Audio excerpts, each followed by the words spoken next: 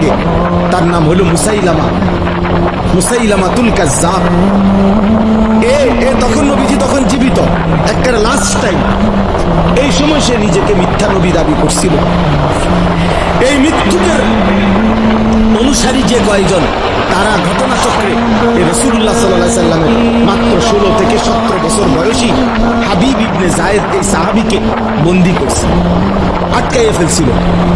আটকাইয়া যখন মুসাইলামা ওই মৃত্যু ভণ্ড নবী দাবিদারের কাছে আনছে, তো ওই বেঈমান মুসাইলামা ওনার এই সাহাবী হাবিবকে, সুন্দর চেহারা 17 বছরের ছেলে নবীজির সাহাবী, ওনাকে বলছে, হাবিব তুমি একবারের জন্য শুধু বলো আমি মুসাইলামা আল্লাহর নবী।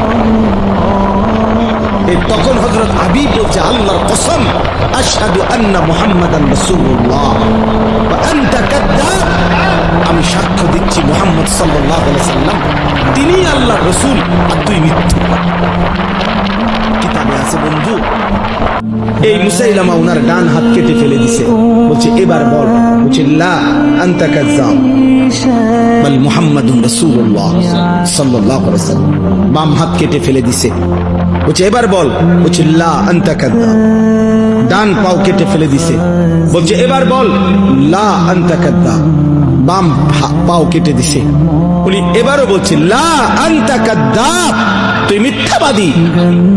শেষ পর্যন্ত জিহ্বা টেনে ছিঁড়ে ফেলছে, শরীরটা কাইটা টুকরা টুকরা করে, খোদার কসম বুটি বুটি পিস পিস বানায় ফেলছে গোশতের টুকরার মতো। এরপরে হযরত হাবিব ইবনে যায়েদের পবিত্র লাশকে টুকরা টুকরা করে ছিন্ন ভিন্ন করে ফেলে দিছে। আমরা ওই কিতাবে পড়ছি, ওনার এই খবর মদিনায় আসছে যে ওনারে যে এইভাবে নির্মম ভাবে শহীদ করছে। তখন ওনার মা ছিল মহিলা সাহাবী, ওনার আম্মাও মহিলা সাহাবী, উম্মে আম্মারা ওনার মায়ের নাম। এই উম্মে আম্মারা তিনি ওনার কাছে আইসা লোকেরা শুনাইছে, মা তোর ছেলে হাবিব মুসাইলামার বাহিনীর হাতে শাহাদাত বরণ করছে, কিন্তু ওনারে বলছে, মা তোর ছেলের মৃত্যু বড় নির্মম মৃত্যু হইছে। মুসাইলামা একটা একটা করে অঙ্গ কাইটা কাইটা টুকরা টুকরা করে একেবারে পিস পিস বানায় ফেলছে, কিন্তু তোমার সন্তান একবারের জন্য মদিনার রাসূলকে অস্বীকার করে নাই, মুসাইলামাকে 1 সেকেন্ডের জন্য নবী মানে নাই। বারবার তোমার সন্তান শেষ নিঃশ্বাস পর্যন্ত মদিনা ওয়ালার নাম বলে গেছে। এই তখন আমরা কিতাবে পড়ছি, ওই মহিলা, ওই সাহাবীর মা একটা চিৎকার দিয়া সবার সামনে বলছে,